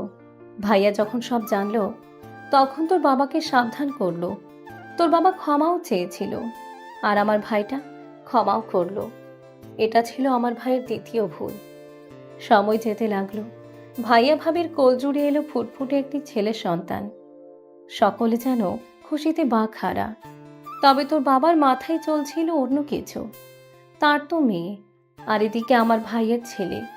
এদের মধ্যে সম্পত্তি ভাগ করলে আবারও আমার ভাইয়ের সম্পত্তি ভাগ বেশি পাবে। ঠিক তখনই তোর বাবা মৃত্যু খেলায় মেতে উঠল। মানে? মৃত্যু খেলা মানে? অধরার মা কিছু বলতে নেবে ওই সময় রিয়ান তাকে থামিয়ে দিয়ে বলল, আমি বলি একবার ফুপি। আতিয়া সহ সবাই তার দিকে তাকালো। রিয়ান বলা শুরু করলো, একদিন সবাই মিলে প্ল্যান করলো ঘুরতে যাবে। এরপর সবাই ঠিক করলো কক্সবাজার যাবে। প্ল্যান মতো নির্দিষ্ট একটি দিন ঠিক করা হলো। 2টো আলাদা গাড়ি নেওয়া হলো। তারপর সেই গাড়িতে আমরা ছিলাম। সেই গাড়িটি ব্রেক ফেল করে খাদে পড়ে যায়, আর সেখানেই সবাই মারা যায়। আমরা ছিলাম বলে কি বুঝাচ্ছ? তার মানে তুমি মামার সেই ছেলে? হ্যাঁ, আমি সেই ছেলে। আমি সব বুঝলাম, কিন্তু এখানে আমার বাবার কি দোষ? একটা গাড়ি ব্রেক ফেল হতেই পারে, আর সবাই যদি সেই খাদে পড়ে মারা যায়, তাহলে তুমি কিভাবে বেঁচে গিয়েছিলে? রিয়ান তিক্ততার হাসি হাসলো। তারপর আতিয়ার দিকে তাকিয়ে বলল, একটা গাড়ি ব্রেক ফেল হতেই পারে, তবে নতুন একটা গাড়ি কিভাবে ব্রেক ফেল হবে যদি না সেটা কেউ করিয়ে থাকে? মানে বলতে চাইছো বাবা এই কাজটা করিয়েছে? হ্যাঁ, তোমার বাবা এই কাজটা করিয়েছে, আর সব প্রমাণও জোগাড় হয়ে গেছে। আর তোমার দ্বিতীয় প্রশ্নের উত্তর আমার নিজেরও জানা নেই। হয়তো আল্লাহর অলৌকিক কুদরতে কাজ করছে, না হলে এত গভীর খাদে পড়েছে আমার বাবা মা সবাই মারা গেল, তবে আমি বেঁচে গেলাম। তবে মজার বিষয় কি জানো? ড্রাইভার কিন্তু মারা যায়নি। সে খাদে পড়ার আগেই লাফ দিয়ে সরে গিয়েছিল গাড়ি থেকে।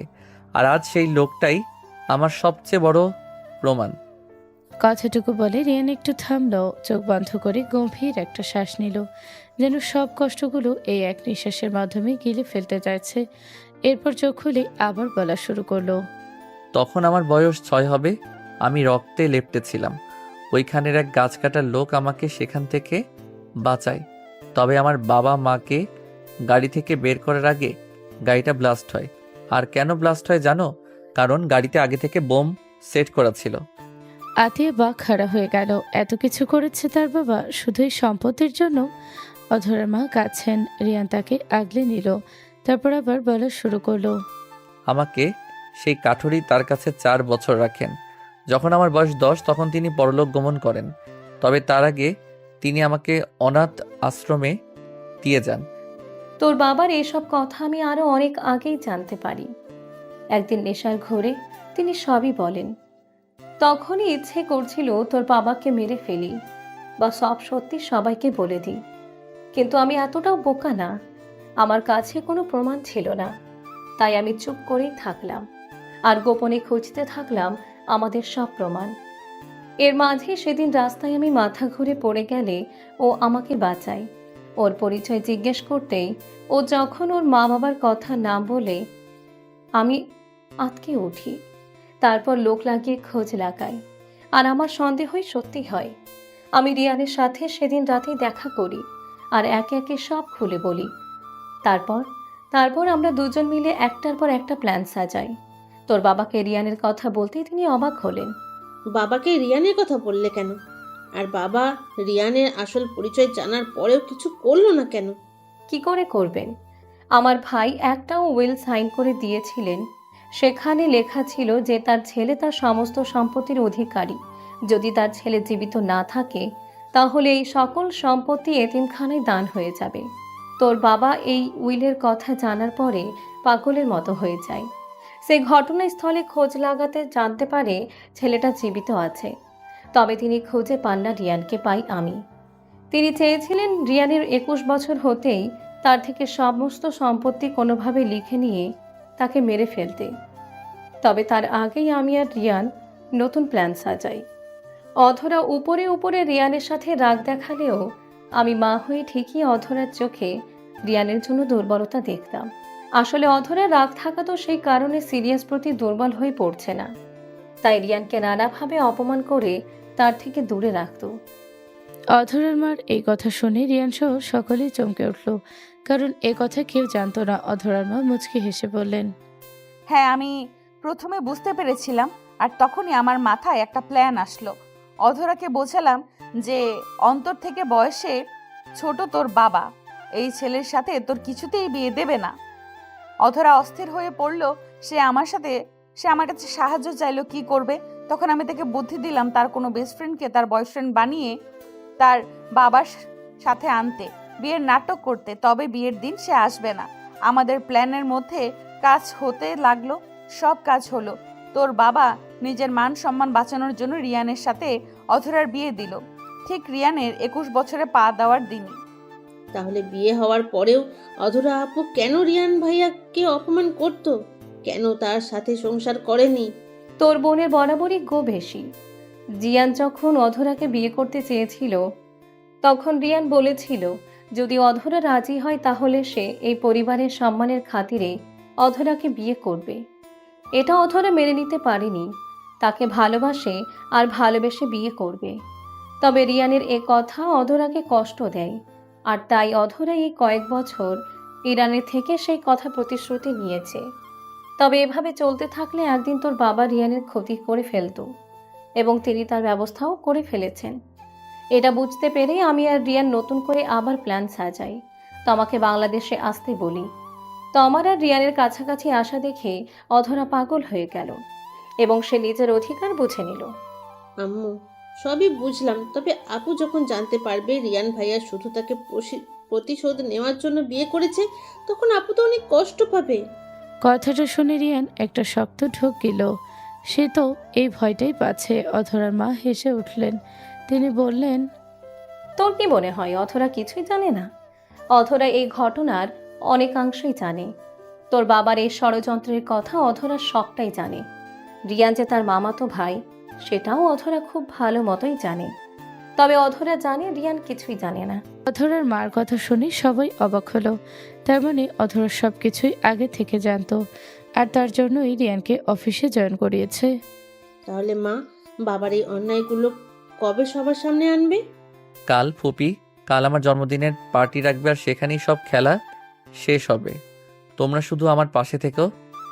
কথাটা বলেই রিয়ান সামনে হাত বাড়িয়ে দিল। সবাই হাত রেখে সেখানে রিয়ানকে আশ্বাস দিল তারাও রিয়ানের সাথেই আছে। এরপর সবাই নিচে নামতে নিলে অধরার মা তমাকে আটকে দেয় আর সবাইকে চলে যেতে বলে। তমা অধরার মাকে বলল, কিছু বলবেন আন্টি? তুমি রিয়ানকে ভালোবাসো তাই না? তমা চুপ করে রইল, কিছু বলল না। কি বলবে? কথাটা তো মিথ্যা না। তমাকে চুপ থাকতে দেখে অধরার মাথাকে জড়িয়ে ধরে তার মাথায় হাত বুলিয়ে দিলেন। তমা এবার হু হু করে কেঁদে উঠলেন। অধরার মা বললেন, আমি তোমার মনের অবস্থা বুঝতে পারছি, কিন্তু কি করবে বলো? ভালোবাসা তো হিসেব করে হয় না। তবে মা হিসেবে তোমাকে একটা কথা বলি মা, নিজের অনুভূতি নিয়ন্ত্রণে আনো, না হলে তোমারই কষ্ট বাড়বে। আমি জানি আন্টি, আমি নিজের সব দিয়ে চেষ্টা করব। কথাটুকু বলেই দৌড়ে চলে গেল তমা। অধরার মা সেদিকে তাকিয়ে দীর্ঘ নিঃশ্বাস ফেললেন, নিজ মনেই বললেন, মেয়েটা অনেক ভালো নিঃসন্দেহে, তবে ভুল করেছে ভুল মানুষকে ভালোবেসে। তিন কবুলের কাছে যে সব ভালোবাসার রঙই ফিকে হয়ে যায়। পরের দিন সকালবেলা সকলে নাস্তা করতে বসেছে। এমন সময় অধরার মা বলল, আজ রিয়ানের জন্মদিন, আমরা সবাই চাই ওর জন্মদিনটা বড় করে পালন করতে। ও কি বাচ্চা ছেলে যে ওর জন্মদিন পালন করতে হবে? এসবের কোনো দরকার নেই। কোনো দরকার নেই বাবা, আমরা তো করবই। আর আজ তোমাকে থাকতেই হবে, সন্ধ্যায় বাসায় চলে আসবে। অধরার বাবা বিরক্ত হলেন, তবে তিনি আর মানা করলেন না। অধরার মা রাতিয়া সেদিকে তাকিয়ে মুচকি হাসলো। এরপর রিয়ানকে মেসেজ দিয়ে জানিয়ে দিল। রিয়ান মেসেজ দেখে ঠোঁট বাঁকিয়ে হাসলো। এমন সময় অধরা এসে বলল, শোনো, আজ বাসায় তাড়াতাড়ি আসবে। আজকে তোমার জন্মদিন উপলক্ষে বার্থডে পার্টি রাখা হয়েছে। এগুলোর কি দরকার ছিল? এসব বাদ দিয়ে দাও। আমার বার্থডে তো কালকে হয়েছে। সবচেয়ে স্পেশাল আর সব থেকে বেশি ইউনিক। কথাটুকু বলে রিয়ান অধরাকে চোখ টিপ দিল। অধরা লজ্জায় রিয়ানের বুকে মুখ লুকালো। তারপর বলল, তোমার মুখের লাগাম দিন দিন ছুটে যাচ্ছে। ভুলে যেও না, আমি কিন্তু তোমার সিনিয়র। দুঃখিত সিনিয়র। কথাটুকু বলেই অধরা আর রিয়ান দুজনেই হেসে উঠল। এরপর রিয়ান অধরা থেকে বিদায় নিয়ে চলে গেল অফিসে। সন্ধ্যা 7টার সময় রিয়ান ও অধরার বাবা একসাথে বাসে ঢুকলো। রিয়ান নিজের ফ্ল্যাটে চলে যেতেই অধরা তাকে জলদি তৈরি হতে বলল। এদিকে অধরার বাবা নিজের ফ্ল্যাটে ঢুকে অবাক হয়ে গেল। সবকিছু খুব সুন্দর করে ডেকোরেশন করা। তিনি ভীষণ বিরক্ত হলেন, বললেন, কি একটা অবস্থা! এসব অতিরিক্ত আবেগ দেখলে বিরক্ত লাগে। কথাটুকু বলেই তিনি গম্ভীর মুখে চলে গেলেন নিজের রুমে। আথি এবং অধরার মা দুজনেই কথাটা শুনলেন, তবে তার কোনো প্রতিউত্তর করল না। ধীরে ধীরে মেহমান আসতে লাগলো, রাত বাড়তে লাগলো, পার্টিও জমতে লাগলো। রিয়ান অধরা কেক কাটলো। কেক কাটিং এর পরে অধরার মা রিয়ানকে ইশারা করতে রিয়ান সকলের দৃষ্টি আকর্ষণ করে বলল, লেডিস অ্যান্ড জেন্টলম্যান, আপনাদের সবাইকে অনেক অনেক ধন্যবাদ আজকে এই অনুষ্ঠানে উপস্থিত থাকার জন্য। আপনারা সকলেই জানেন যে আমি এই বাড়ির আসলে কেউ না। হ্যাঁ, বর্তমানে আমার একটা পরিচয় আছে, সেটা হচ্ছে আমি এই বাড়ির মেয়ের জামাই। তবে এর আগে আমার একটা পরিচয়, সেটা ছিল আমি এতিম এবং আমার মা বাবা নেই। আর আমার ফুপি ও আঙ্কেল আমাকে এতিমখানা থেকে অ্যাডপ্ট করে এনেছে। অধরা আর অধরার বাবা বুঝলো না রিয়ান এগুলো কেন বলছে। অধরা রিয়ানের হাত ধরে বলল, এগুলো কেন বলছো এখন? রিয়ান মুচকি হেসে আবার সামনে তাকালো, তারপর আবার বলা শুরু করলো, তো যেটা বলছিলাম, তারা আমাকে আশ্রয় দিয়েছে, আমার জন্য তারা এত কিছু করেছে, তাদের জন্য তো আমি কিছুই করতে পারিনি। তাই আজকে আমার জন্মদিনে তাদেরকে একটা খুব সুন্দর উপহার দিতে চাই। কথাটা শেষ করে রিয়ান দরজার দিকে ইশারা করলো। তখন দরজা দিয়ে একজন ভদ্রলোক প্রবেশ করলো। আর সেই ভদ্রলোককে আর কেউ নয়, সেদিনের অ্যাক্সিডেন্ট হওয়ার গাড়িটির ড্রাইভার। অধরার বাবা সেই লোকটিকে দেখে অবাক হয়ে গেলেন। অধরা কপাল কুঁচকে লোকটির দিকে তাকিয়ে জিজ্ঞেস করলেন, উনি কে রিয়ান? রিল্যাক্স, সব বলছি। রিয়ান লোকটিকে নিজের কাছে নিয়ে আসলো। তারপর রিয়ান অধরার বাবার দিকে তাকিয়ে বলল, কি আঙ্কেল চিনতে পারছেন তো? কি বলতে চাইছো তুমি? আমি কি করে চিনব? এই লোককে আমি চিনি না। তাই নাকি? তবে এই লোক আপনাকে অনেক ভালো মতো চিনে। কথাটুকু বলে রিয়ান লোকটিকে ইশারা দিল। তারপর লোকটি একে একে সব কিছু খুলে পড়ল। কিভাবে তাকে ঠিক করা হয়েছিল, গাড়ির ব্রেক ফেল করানো হয়েছিল। সকলে লোকটির কথা শুনে অধরার বাবার দিকে ঘৃণার চোখে তাকালো। অধরার বাবা মাথা নিচু করে একটি চেয়ারে বসে পড়লেন। তিনি ভাবেননি এত বছর আগের করা পাপ সবার সামনে এভাবে চলে আসবে। তিনি মনে মনে বললেন, ঠিকই আছে, আর কোনোদিন চাকা থাকে না। রিয়ান সবার দিকে তাকিয়ে আবার বলল, এতক্ষণ আপনারা যেই পরিবারের ঘটনা শুনলেন, আমি তাদেরই সন্তান। এই সব কিছু আমার আর আমার পরিবারের। যা এত বছর ধরে ওই লোকটা আত্মসাৎ করে রেখেছিল। আমাকে এতিম বানিয়েছে এই লোকটা শুধুমাত্র সম্মতির জন্য, টাকার লোভের জন্য। রিয়ান শেষের কথাগুলো বলে তাকালো অধরার বাবার দিকে, তারপর অধরার মার দিকে তাকালো। অধরার মার চোখে পানি। রিয়ান অধরার মার কাছে গিয়ে তার হাত ধরে বলল, যদি এই মানুষটির সাথে আমার দেখা না হতো তাহলে হয়তো এই সত্যি কখনো সামনে আসতো না। আমি পড়ে থাকতাম কোনো রাস্তায়। উনি চাইলেই সব মেনে নিয়ে স্বামীর সাথে ভালোভাবে জীবন কাটাতে পারতেন, তবে তিনি অন্যায়ের সঙ্গ দেননি। অধরার মা এবার হু হু করে কেঁদে উঠল। আতিয়াও তার মাকে ধরে কেঁদে উঠল। তবে অধরা চুপচাপ দাঁড়িয়ে যেন কোনো পাথরের মূর্তি। এর মাঝেই তমা পুলিশ নিয়ে উপস্থিত হলো। অধরার বাবা অসহায় চোখে একবার নিজের স্ত্রীর দিকে আর মেয়েদের দিকে তাকালেন। তিনি ধীরে উঠে দাঁড়ালেন, তারপর সবার দিকে তাকিয়ে বললেন, রিয়ান, তোমার সব কথা সত্য, তবে একটা কথা তুমি ভুল বলেছ। আমি শুধু সম্পত্তির জন্য এসব করিনি, আরও একটা কারণও ছিল। কি সেটা? আমি ছিলাম আমার বাবার দ্বিতীয় স্ত্রীর ছেলে, আর তোমার মা ছিল প্রথম স্ত্রীর মেয়ে। বাবা সবসময় তোমার মাকে বেশি আদর করত, অথচ ও তো তারই সন্তান ছিলাম, কিন্তু সেটা তিনি ভুলেই বসেছিলেন। ছোটবেলা থেকে আমি অবহেলা পেয়েছি, হাস্যকর শোনালেও এটাই সত্য। বড় হতে লাগলাম আর মানিয়ে নিতে লাগলাম, এই ভরসায় যে একদিন তো ওই মেয়ের বিয়ে হয়ে যাবে, তারপর সবই আমার। কিন্তু বাবা এখানেও আমাকে ঠকালো, ওই মেয়ের নামে অর্ধেকের বেশি সম্পত্তি লিখে দিয়ে গেল।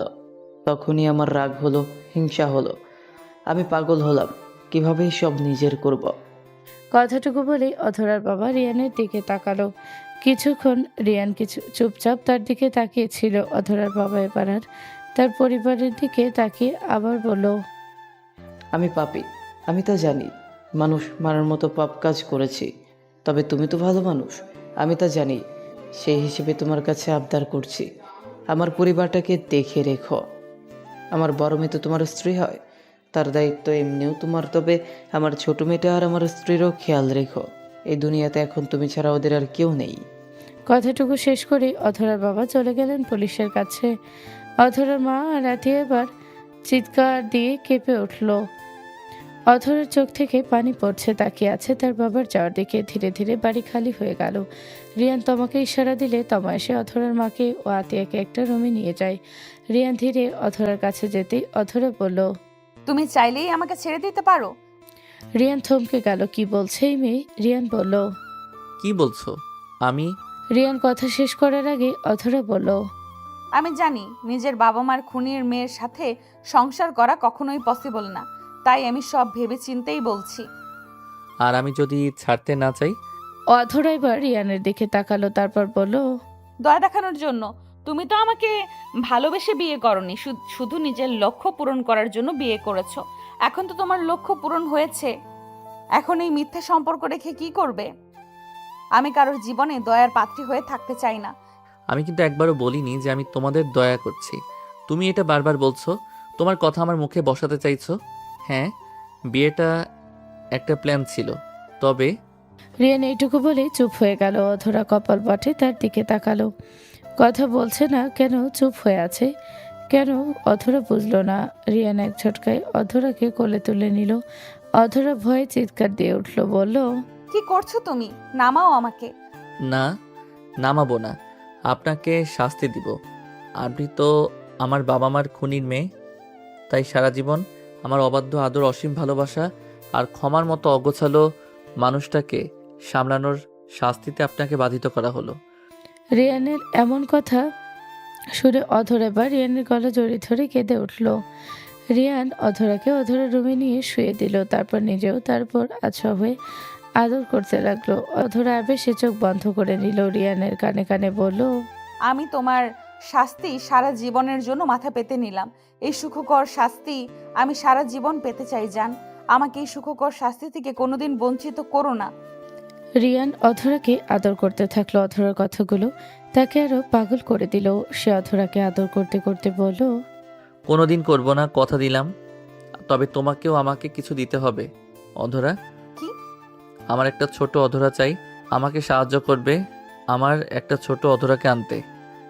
রিয়ানের কথা শুনে অধরা রিয়ানের বুকে মুখ লুকিয়ে মাথা নাড়ল। রিয়ান হেসে উঠে বলল, তাহলে আজ থেকে শুরু করি প্রসেস। রিয়ান চুপ করো না, আমার ভীষণ লজ্জা লজ্জা লাগছে। অধরার কথা শুনে রিয়ান অট্টহাসিতে ফেটে পড়ল। তারপর অধরার কপালে চুমু দিয়ে আদর করতে লাগলো অধরাকে। ধীরে ধীরে আদরের মাত্রা বাড়ল। তারা মেতে উঠল এক আদিম খেলায়, প্রেমের খেলায়, বৈধ ভালোবাসার খেলায়। এদিকে তমা রিয়ানের কাছে এসেছিল, তবে এসে দেখেছিল রিয়ান অধরাকে কোলে করে রুমে নিয়ে যাচ্ছে। অধরার চোখে পানি চলে এলো। সে আবার ফিরে গেল অধরার মায়ের কাছে আর মনে মনে বলল, আমি এই সম্পর্কে তৃতীয় ব্যক্তি ছিলাম, তাই আমাকেই সরে যেতে হবে। এমন তো কোনো কথা নেই, যাকে ভালোবাসি তাকেই পেতে হবে। আমি যদি তাকে সুখী দেখি, এর থেকে আনন্দের আর কিছু নেই। কেটে গেল 10 বছর। আজ অধরার বাবাকে জেল থেকে মুক্ত করা হবে। রিয়ান নিজের কেসে তুলে নিতে চেয়েছিল, তবে অধরা তা দেয়নি। তবে রিয়ান শাস্তির পরিমাণ যাতে একদমই কম হয় সেই ব্যবস্থা করেছিল। অধরার বাবা জেল থেকে বের হতেই দেখে সবাই তার জন্য দাঁড়িয়ে আছে। ধীরে তিনি সামনে এগিয়ে গিয়ে সবার কাছে ক্ষমা চায়। এর মাঝে তিনি খেয়াল করে অধরা ও রিয়ানের হাত ধরে দাঁড়িয়ে আছে 8 থেকে 9 বছরের দুটো ছেলে মেয়ে। রিয়ান তাদের নিয়ে এগিয়ে এসে বলল, আম্মু আব্বু, অ্যানি তোমাদের নানা, সালাম দাও। রিয়ানের কথা শুনে বাচ্চা দুটো সালাম দিল। অধরার বাবা তাদের আদর করে সালামের উত্তর নিয়ে বললেন, তোমরা বুঝি টুইন? দেখতে অনেকটাই একরকম। অধরার বাবার কথা শুনে বাচ্চা দুটো মাথা নাড়িয়ে হ্যাঁ বলল। এমন সময় আদিয়া কথা মনে পড়ল অধরার বাবার। আমার ছোট মেয়েটা কই রিয়ান? সে কি তার বাবাকে এখনো এতই ঘৃণা করে যে একবার আসলো না? আতিয়া তোমার সাথে দেশের বাইরে চলে গিয়েছিল পড়াশোনার জন্য, আজ আসবে। আজ একটা বিশেষ দিন তো, তাই আজ আবার সবাই একসাথে হবে। আজ কি? আজ আমাদের নানু ভাই আর নানুমণির জন্মদিন, তাই আজ সবাই আসবে। রাতে সবাই একসাথে হলো। তমাও আতিয়া এসেছে। সবাই হাসি আনন্দে সময় কাটালো। তবে রিয়ান কয়েকবার তমার দিকে খেয়াল করলো। রাতে সবাই ঘুমিয়ে পড়লে রিয়ান ছাদে গেল। সেখানে তমাও দাঁড়িয়েছিল। কিরে, আজ 10 বছর পর আমাদের কথা মনে পড়লো? বাবার বিজনেস নিয়ে ব্যস্ত ছিলাম রে। তমা, বিয়ে করবি না? না, এইটা নিয়ে আমি কিছু বলতে চাই না। তমা চলে গেল। রিয়ান অসহায় চোখে তাকালো। তার মাঝে মাঝে মনে হয় সে অপরাধী। এমন সময় অধরা ছাদে এলো। রিয়ান তাকে কাছে টেনে বুকে জড়িয়ে নিল। তারপর বিভিন্ন কথা বলতে লাগলো দূরে। তমা সেদিকে তাকে মুচকি হাসলো। তারপর নিজের চোখের জল মুছে সে চলে গেল। আর অধরা আর রিয়ান একজন অন্যজনকে জড়িয়ে তাকিয়ে রইল দূরের সেই আকাশের দিকে। সমাপ্ত।